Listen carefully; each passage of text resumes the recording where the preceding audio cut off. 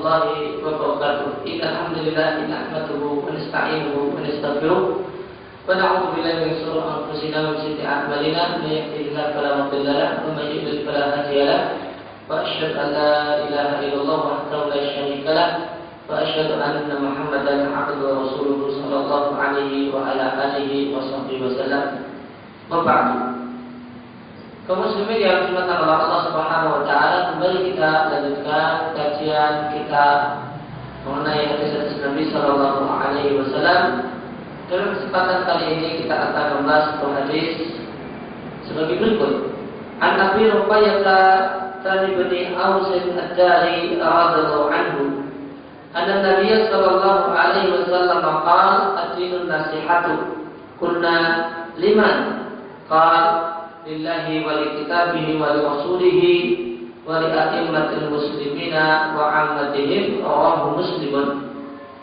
Dari seorang sahabat Nabi sallallahu alaihi wasallam, yaitu Abu Ruqayyah Tamim bin Aus ad-Dari radhiyallahu anhu. Beliau menceritakan sesungguhnya Nabi sallallahu alaihi wasallam pernah bersabda, "Ad-dinu an-nasihah."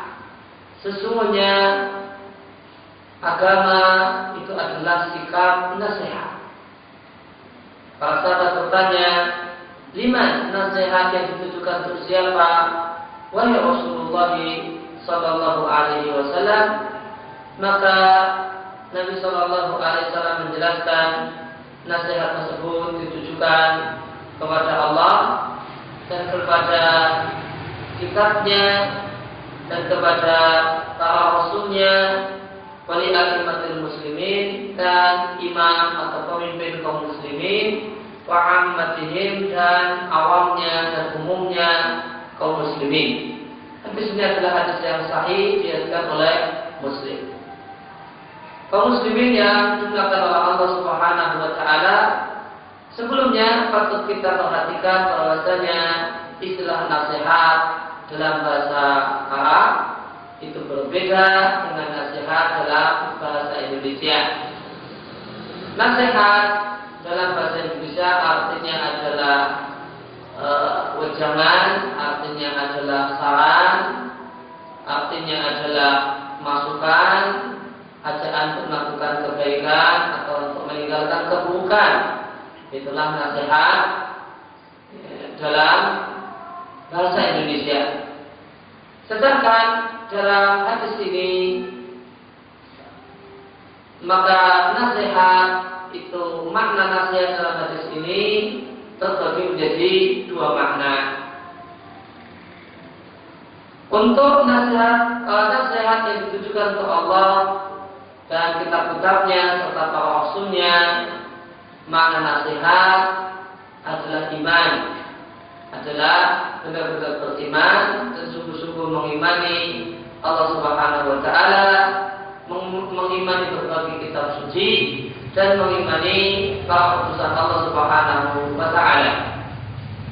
Sedangkan nasihat yang ditujukan untuk dua pihak, yaitu imam atau pemimpin kaum muslimin dan orang-orang awam atau umumnya kaum muslimin, maka maknanya adalah menghendaki kebaikan untuk orang lain, menghendaki kebaikan untuk pihak lain. Kaum muslimin yang dimuliakan oleh Allah Subhanahu wa taala, maka inti dari Islam adalah an-nasihah. Dan an-nasihah yang dimaksudkan tertuju untuk tiga pihak. Yang pertama, kedua, dan ketiga adalah nasihat yang ditujukan kepada Allah.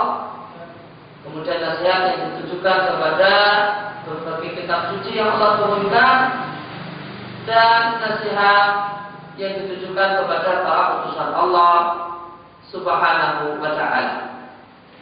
Nasihat kepada Allah Subhanahu wa ta'ala artinya beriman kepada Allah Subhanahu wa ta'ala dengan sebenar-benar iman, dengan beriman akan adanya Allah Subhanahu wa ta'ala, beriman bahwasanya Allah adalah pencipta, pemilik dan pengatur alam semesta, dan beriman bahwasanya ibadah hanya boleh untuk Allah Subhanahu wa ta'ala, dan kita pun hanya beribadah hanya kepada Allah, dan beriman bahwasanya semua nama semua sifat Allah Subhanahu wa taala yang Allah tetapkan untuk dirinya adalah benar-benar namanya.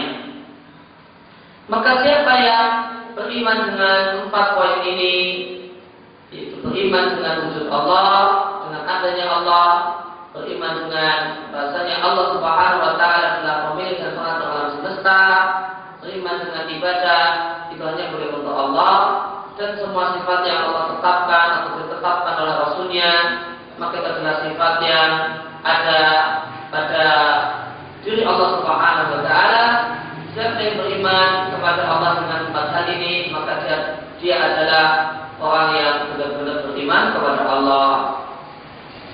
Sedangkan beriman dengan berbagai kitab suci yang Allah turunkan, maka kita berkeyakinan bahwa ada sebagian manusia yang Allah istimewakan dengan Allah beri kitab suci.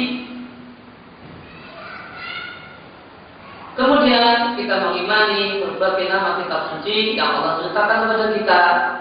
Ada Taurat untuk Musa, ada Injil untuk Isa, ada Zabur untuk Daud, dan yang terakhir yang paling agung, yang paling mulia adalah Al-Quran yang Allah turunkan kepada Rasul paling mulia, yaitu Muhammad Sallallahu Alaihi Wasallam. Kemudian selanjutnya kita beriman bahasanya semua berita yang dikatakan oleh Allah Subhanahu wa taala dalam kitab-kitab suci adalah berita yang benar, yang tidak mengandung kedustaan, kebohongan secuil pun. Kemudian kita mengamalkan segala hukum, perintah dan larangan yang terkandung dalam kitab suci yang diturunkan untuk kita. Itulah Al-Quran. Maka kita mengimani Al-Quran dengan mengamalkan perintah dan larangannya, dengan taat pada perintah dan larangannya, mentaati perintah dengan menjalankan perintah, dan mentaati larangan dengan menjauhi segala hal yang dilarang. Kemudian nasihat berikutnya adalah nasihat yang ditujukan kepada para utusan Allah. Kita beriman kepada para utusan Allah dari kalangan manusia dengan benar-benar iman. Karena utusan Allah Subhanahu wa taala itu ada 2 macam. Utusan Allah dari bangsa malaikat, semisal Jibril yang Allah utus untuk membawa wahyu kepada para nabi, dan ada utusan Allah dari kalangan manusia. Maka kita meyakini adanya manusia-manusia pilihan yang Allah pilih untuk Allah muliakan dengan mendapatkan wahyu, dengan mendapatkan ilmu langsung dari Allah Subhanahu wa taala melalui perantaraan malaikat Jibril.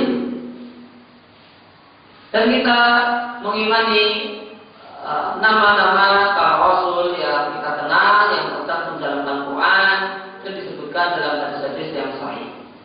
Kemudian kita percaya dan yakin benarnya semua berita yang disampaikan oleh para rasul, tentu dengan syarat berita tersebut adalah berita yang valid, yang bisa dipertanggungjawabkan secara ilmiah, alias berita yang sahih kepada rasul tersebut.